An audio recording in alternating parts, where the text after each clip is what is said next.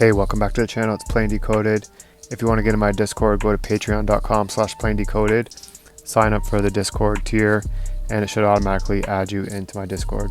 So today I'm going to be covering the Canucks versus the Oilers, May 18th, 2024, 6 o'clock local time. So here's the chart for the beginning of the event, and it's set to 6:11 because most of the puck drops happen around that time. And so the Oilers are minus 190 favorites on the money line, and so the favorite gets the first house and the 10th house. So the favorite's going to be represented by Libra, which is ruled by Venus, and Leo, which is ruled by the Sun.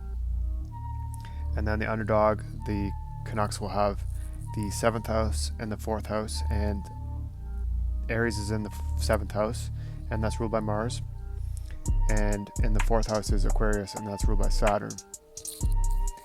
So we want to check the angles and to see what those planets are doing. So we got Venus here, it's just off on its own, not doing much. And then we got Mars here. So Mars is conjunct the North Node, so this is significant. The North Node will help Mars. And we have Saturn just off doing nothing. And the Sun is next to the dispositor of the part of fortune. That doesn't mean much, but the dispositor of the part of fortune is Jupiter, and that is something to note, but it's not doing anything of significance. And then on the angles, we have Pluto down here. That's a little bit too far to matter, and it doesn't really usually affect the underdog. It usually only affects the favorite. And then we have the moon, and the moon, if it's aspecting the part of fortune here, that's something to note, but it's not doing that. And then if it's aspecting any of the significators that I listed, so you can just check here, and we have the moon is opposite Mars. It's too far, 5 degrees is the max, and that's about it. Okay, and then we want to check the Antisha. So we have the Antisha of Lord 1, that's Venus, the ruler of the first house, is inside the 10th, and that's something that's good for the favorite, that favors the favorite. And then we have the Antisha of the part of fortune right inside the first house at the beginning of the game at 6:11 local start. So here I'm in over my Discord.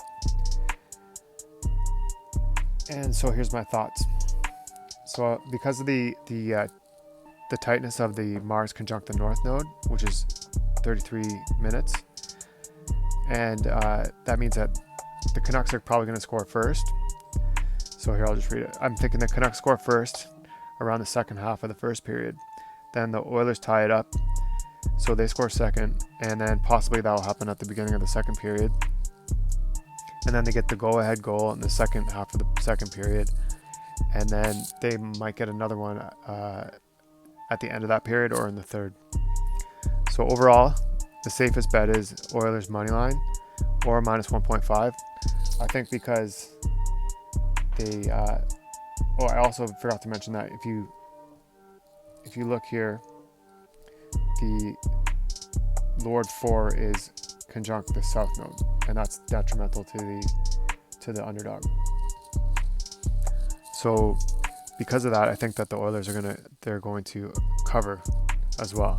So Oilers money line for sure, and then cover because they have more favorable aspects than not. So Oilers win. The actions of the underdog are harmed, so that there's one down for the underdog and then one for the favorite. So yeah, I think that the confidence in the money line is high. Canucks score first is medium high, and then I like the Oilers second, yeah, and then everything else is low. Like the score, I think the possible score is 3-1 or 4-1.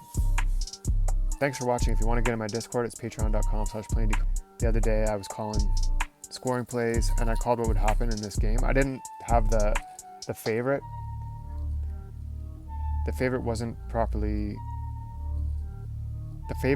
like clear, so I was saying that we should wait till the scoring plays after 28 after, and then take the Cubs spread, and then that's what happened. So everyone liked my advice there.